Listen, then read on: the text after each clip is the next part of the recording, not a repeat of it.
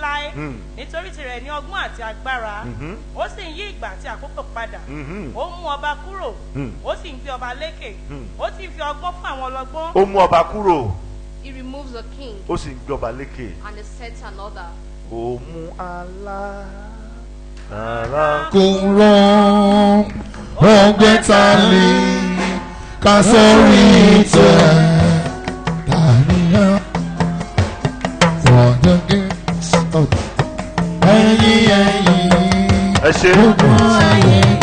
ẹ ṣe ẹ dìde ẹ gbọ́dọ̀ jókòó mọ́ ẹ lóye èmi ò mọ nǹkan tó jẹ́ kọ́ lọ́ọ́ mú yín wá sínú bíi You lack knowledge. mo rin lẹ́yìn orin ayé kẹ́kọ̀ọ́ kọrin ẹ wò ó sìn mo dákẹ́ wọn nítorí ìwé orin yẹn ò yé wọn kí lè wá ṣe practice fún practice wo lẹ̀ ń practice ẹ̀yin ẹ ti yẹ kẹ́ lọ fún retirement kò yẹ kẹ́ wà nínú kéèjì yẹn mọ́ ó yẹ ká ti ní akọrin tí ò yẹ orin yé ṣé ẹ̀yin ẹ̀ ń kọrin fún wa ń sìn àbórin orin ara àti orin ayé nìkan lẹ mọ̀ ẹ ní jókòó ẹ ṣe máa wà nìyẹn Olúwa yóò gbàdúrà wa. Àmín Jésù.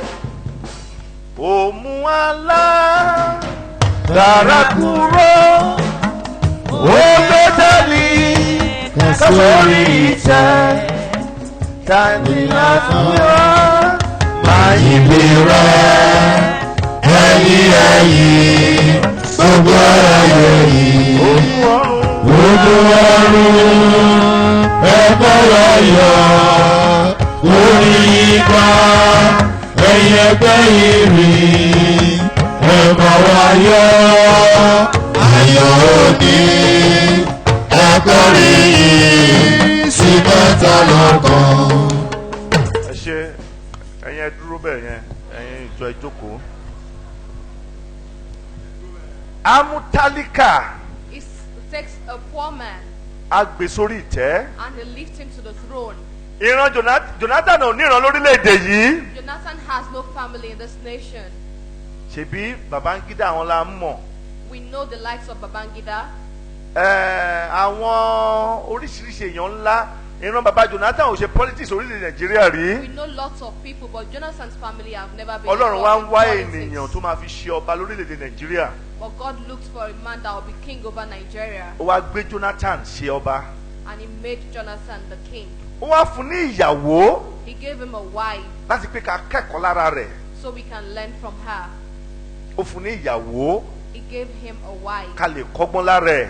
so we can learn from them. ó fún ní ìyàwó pé ká lè bá kẹ́kọ̀ọ́ kan ẹ̀kọ́ kan pàtàkì ní ara ìyàwó ẹ̀. He gave Jonathan a wife so we can learn an important lesson from mi her. ò mọ̀ bóyá akẹ́kọ̀ọ́ láti rí iṣẹ́ Ọlọ́run nínú ayé ìdílé yìí. I do not know if you've actually taken a lesson from this family. arẹ́ni tó ka PhD kò ṣe ìyàwó president. We have a One, woman who has a PhD. without arábìnrin being yẹn ò a bímọ first fún lady. president o. She doesn't have a child for Two, the president. àwọn tó bímọ fún wọn ò ṣe number one. The women ṣó o who rí have pé children for àwọn him amárin níṣẹ́ Ọlọ́run are not at the ó wá top. mẹ́ni tí ó wá mú ìyá tó ń ta òkìrìkà ní Ìdúmọ̀tà ó wá fi ṣe first lady ibi tí àwọn obìnrin onímọ̀ ìjìnlẹ̀ olóye ìjìnlẹ̀ àwọn tó ń mọ tó ń ní ọgbọ́n tó ń ní òye ó mẹ́ni tó ń ta òkìrìkà nísàlẹ̀ Èkó ó fi ṣe olórí wọn. He took a woman who has nothing from the grassroots of Idumota to make her the first lady. Tàbá wá and di let out educated women. ìyá peace àbí ìyá peace kò jẹ́ madam peace If we look at the mother Madam of Peace, yo. Patience. kò kájú secondary school lọ àbí primary 6. Them Patience is probably a secondary school holder. ṣùgbọ́n láti primary 6 wọ́n gbé sí level 18 But from Bam that sec. low class, she was promoted to wọ́n ti level wá sọ di 18 ìyàwó aláṣẹ as the gbogbo permanent secretary African country tó lágbára jù and was made the tí wife wọ́n of lọ́gbọ́n the jù president ní gbogbo of the àgbáyé giant of Africa. tí gbogbo tó ní nǹkan àmúnùmọ́là nǹkan àmúniṣọlá nǹkan àmúniṣògo That tó ní. are blessed so much in their economy. ó lè pàṣẹ wípé NNPC ẹ má lift epo She can order that NNPC should ó not lè ní sell pé fuel. wá a máa yọ ẹ́ kúrò níjọba ilé And ní she could tell you could be Ah. impeached. Ọlọ́run máa tóbi o God is mighty. àwọn Amárédì mà níṣẹ́ o He is a God of mystery. nǹkan tó wu Ọlọ́run ló máa ń ṣe o He does as it orí pleases. ó fún ní ọ̀fẹ́ lófò lọ́fẹ̀ẹ́ He lọ́fẹ̀ẹ́ gave her ó kàn ní free of charge. pé gbà mo fún ẹ. He called and gave it to her. ẹ́ àwọn kan dẹ̀ ti kàwé wọ́n ka ọ̀sán wọ́n ka òru wọ́n ka alẹ́. Some have burnt the candle ìran ọmọ both day and mẹ́wàá night. wọn ò ní dẹ́nu ọ̀nà villa tó máa fi kú. Tenth of their generations will not get to the Aso Rock Villa before they Ha! die. Ìyàwó president wa jọ ẹni tó ń ta òkìrìkà.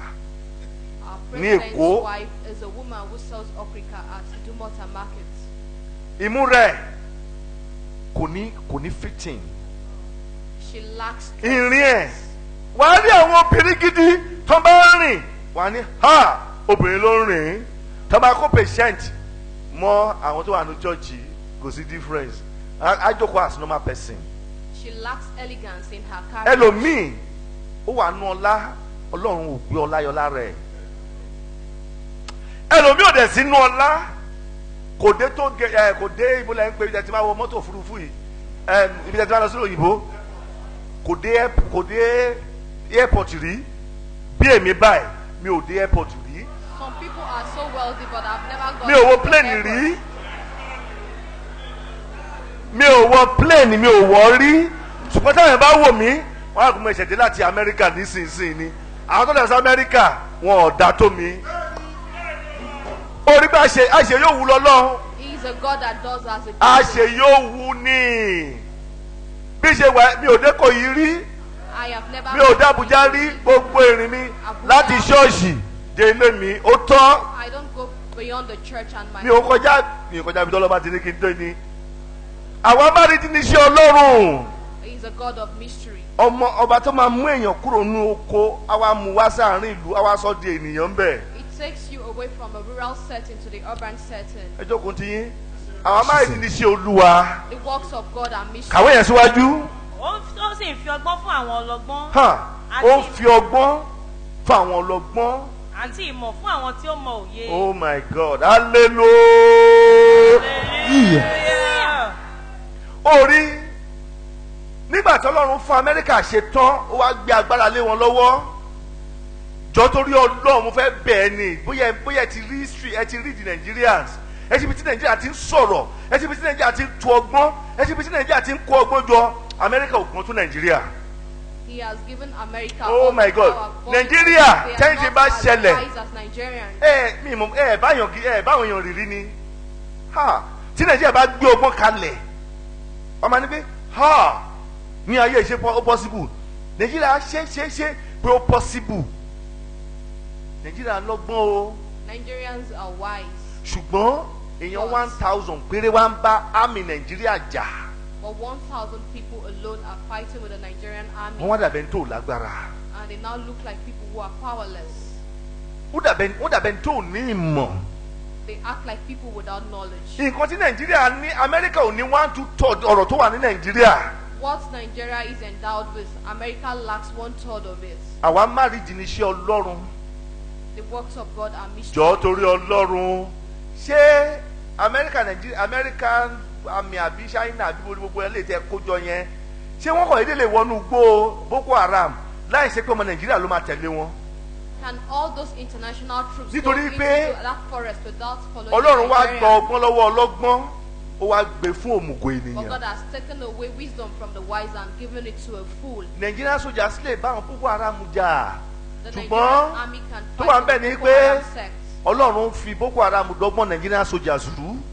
But God has used the Boko Haram to destroy the knowledge of the Nigerian Ó army, wá sọ wọ́n di òmùgọ̀ ènìyàn. and He has turned them into fools. Ó rí pé Ọlọ́run ó tóbi púpọ̀. Can't you see He's a mighty God? Awamaridi níṣẹ́ ẹ̀ ó ti fi hàn á ní Nàìjíríà pé ọba Awamaridi ni òun Ọlọ́run. He has shown us in Nigeria that He is a God of mystery. Nígbà Ọbásanjọ́ wọn lọ Ọbásanjọ́ lọ́gbọ́n jù. During Obasanjo's tenure, he was Oh, yeah. the wisest man. Ọba tó fi aláìsàn ṣe ọba fáwọn tó ní àlàáfíà ó gba aláìsàn He's a síbẹ̀ God fún wa. that makes a sick man the leader of elder people. Nígbà tó pa aláìsàn ó wá gbé òmùgọ̀ ayé àti ọ̀run ó wá tún fi ṣe ọba After he fún wa. killed the sickly man, he made the world's greatest. Kí ni Ọlọ́run sọ fún wa? Kí ni nǹkan tó fẹ́ kọ́ wa? What is the lesson God is trying to teach us? Kí ni nǹkan tó lọ́n fẹ́ jẹ́ kó yé wa ní ibẹ̀? What does He want us to learn from this story? Kí ni ẹ̀kọ́ tó lọ́n fẹ́ fi fún wa ní ibẹ̀? What is it What does he want to teach us from this? Nàìjíríà ń ronú, Nàìjíríà ní ọgbọ́n tó pọ̀ jù. Nigeria is blessed with wisdom. Nàìjíríà wọ́n ń ṣèbọn Nàìjíríà. We manufacture Nàìjíríà náà ń guns. ṣe wọ́n ti ṣe fighter jet. We also manufacture fighter jets. Nàìjíríà ń ṣe ìbọn, wọ́n ti ń ṣe mọ́tò Nàìjíríà. We produce Tí ọmọ cars. Ìbò bá ṣe bàtà fún ẹ tó ń bá package ẹ̀ dáadáa tó bá mọ̀ wọ́n ní Italy náà ti kó bàtà yẹn wá. Nàìjíríà ń ṣe jeans, If wọ́n á rán jeans material, wọ́n á fi label sí we wípé package Levitt so many things like ni good shoes, wọ́n á ṣe denim nǹkan gẹ́gẹ́ bí materials. òyìnbó. Nàìjíríà ọlọ́gbọ́n èèyàn wà ń bẹ̀. In Nigeria, we have lots of wise people. Ṣùgbọ́n náà wá dà wá láàmú. But Ó fi ọgbọ́n wa ó fi dà wá láàmú. God has destroyed us with our wisdom. Nítorí pé Nàìjíríà ti sọ wọ́n lè sọ pé àwọn lè ṣe bí Ọlọ́run. Because we believe we can act as God. Best doctor ní South Africa ọmọ Nàìjíríà ni. The best medical doctor in South Africa is a Nigerian. Best doctor ní South Africa ní ìlú tó dá báyìí ní Nàìjíríà ẹ̀ ó rí i pé ọba Awamaridi ni Ọlọ́run. Àṣẹ yóò wú ni tó bá ti wà lẹ́yìn ọba déédéé ni ọba àsìkò ni ọba wákàtí ni. He is a God of season. Tẹ̀síwájú. Ó fi ohun ìjìnlẹ̀ àti àṣírí hàn. Ṣótọ́ Ó mọ ohun tó wà ní òkùnkùn. sórí ó mọ ohun tó wà nínú òkùnkùn. Lọ́dọ̀ rẹ̀ ni ìmọ́lẹ̀ sí Mo bọ̀ ó mọ ohun tó wà nínú òkùnkùn. He knows what is in the dark. Ṣe ni ìyàwó Jonathan fẹ́ ṣe pákéjì wọn jẹ́ kó rí ṣe ni. Tó bá pákéjì nǹkan tó wà ń bẹ̀ yẹn kó pákéjì ẹ̀ dáadáa. Tó yẹ pé ní tó yẹ pé àwọn èèyàn tó ti rí tó yẹ ayé ti yé dáadáa tọ́lọ̀ ń yọ̀ǹda ọgbọ́n gidi fún wọn ni. A fi pákéjì yẹn a fi jẹ àwọn èèyàn. Very simple package. Mi ò ní sòyìnbó jù kó yẹ pé mi bí tí mo lọ school yìí ni o. Màá kàn dúró síbẹ̀. Màá kàn ní mo ti fẹ́ package. Màá kàn ní pé ṣe ó ní na you waka come. Màá ní only you waka come. Màá ní hey wait make we talk broken here. I no go speak English at all, no English. Ṣo tán àbókù? Ní rẹ́rìn-ín kò sẹ́ni tó máa gbé ṣe yẹ̀yẹ́. And make we speak Nigeria English or Africa English. She would have just told them to let's Abi? speak in our own local way. Simple package. A simple package. You know they say there is God, ní sọ́jú. And say you know say God will dey o. She needs God will not dey o. repeat God will herself. dey o. Akàwé síwájú, a sọ̀rọ̀ díẹ̀ síwájú. Bí bá ti sọ̀rọ̀ síwájú, á dẹ̀ rọra fi style bú sẹ́kún. All she needs to do is appeal to the consciences tán. of people and try Ẹ̀dá to kankan ò ní cry. bú. Then àwa kó gbogbo àwọn ìyàwó mínísítà, ìyàwó sínétọ̀, a kó wọn sẹ́yìn, aláwọn ń protest náà. She then tried Wípé to gather kọ́ lọ bá wọn the ṣe wives gbá, of kọ́ lọ bá wọn ministers ṣàwo. and governors, Ayọ̀ lọ́dọ̀ ọkọ ẹ̀, á dẹ̀ bú sẹ́kún lọ́dọ̀ ọkọ ẹ̀. pretending to go on a protest. Ṣó ti tán? That's Period. That's all. Ẹnikẹ́ni ò ní gbé ṣe yẹ̀yẹ́. Olúwa ò ní gbọ́gbọ́n lórí wa. Àmín Jésù. Awamaridi níṣẹ́ Ọlọ́run o. The works of God are mysteries. Ilẹ̀ tó gbin àgbàdo sí lọ́dún yìí The Ó lè land gbé àgbàdo sí lọ́dún tó ń bọ̀. last year kó jóná. might get burnt if you do so this year. Ibi tó rò pé àgbàdo wa ti níhù, àwa ni kò gbin àgbàdo sí àgbàdo wa yè. The place you feel the maize might not germinate, it might do so. Ibi táwọn kan ti ń sọ pé Olúwa mo dúpẹ́ tèmi, làwọn ti ń sọ pé Olúwa ọ̀bá má dá mi sílé ayé, kí ló dá mi sílé ayé Some fún? people are appreciating God, others are blaming Him for creating them. Ọba ayọ̀, As a God of joy, ọba ìbànújẹ́, a God of sadness, ọba ẹkún, a God of tears, òun náà lọ́ba ẹ̀rín. and a God of laughter. Tẹ̀síwájú. Lọ́dọ̀ rẹ̀ ni ìmọ́lẹ̀ sì wà. Yes. Mo dúpẹ́ lọ́wọ́ rẹ. Mo sì fi ìyìn fún ọ. Ìwọ Ọlọ́run àwọn bàbá mi. Ẹni tí ó fi ọgbọ́n àti agbára fún mi. Yes. Ló sì fi ohun tí a béèrè lọ́wọ́ rẹ̀ hàn. Yes. Fún wa nísinsìnyí. Nítorí tí wọ́n fi ọ̀ràn ọba hàn fún wa nísinsìnyí. Nígbà náà ni Dáníẹ́lì wọlé tọ̀ Áríókù lọ.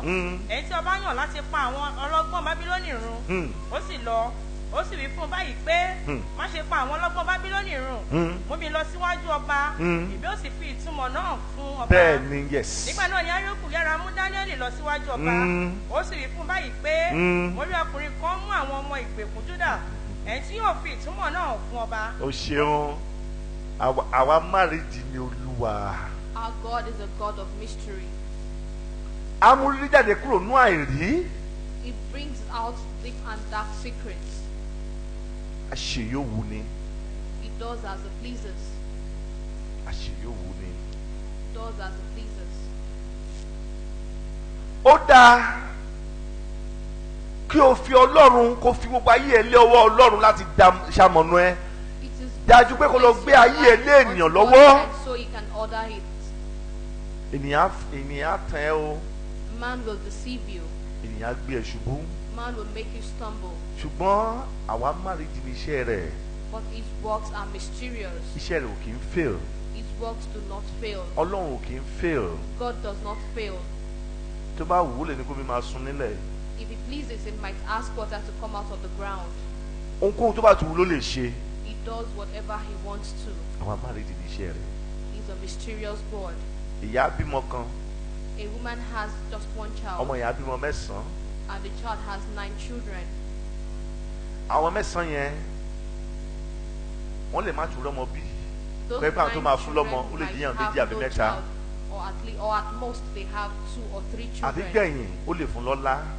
It might enrich the last Kó máa fún child ẹ̀gbọ́n lọ́lá. and not give to the eldest. Ẹ̀gbọ́n á máa ṣe ránkà dédè fún àbí gbẹ̀yìn. The eldest bows to the youngest. Ọba tó ń gbọ́jọ́ lọ́wọ́ ọlọ́jọ́ tó ń gbé fẹ́ lòmíì. He gives to the one who supposed to have and gives to the one who does Ọba not have Awamaridi ni to. Ọlọ́run. He is a God of mystery. Irú ayé wo ló ń gbé What kind of life do you live tó ń dẹ̀ ẹ́ láàmú? that disturbs you?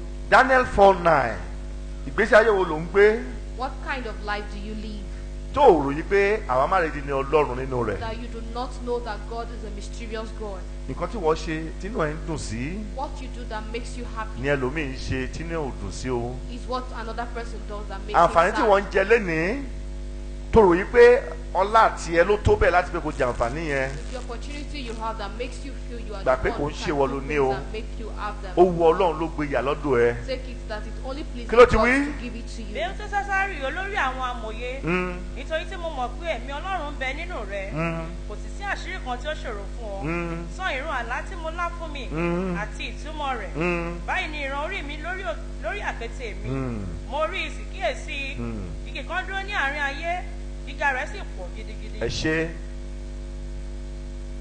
ọba tó ní agbára The God who has powers àwa mú ọba àwa sọ di ẹni ilẹ̀ and brings down a king, Nebukadnesari. the king Ọba Nebuchadnezzar, tó ní owó tó ní ọlá tó ní gbogbo nǹkan.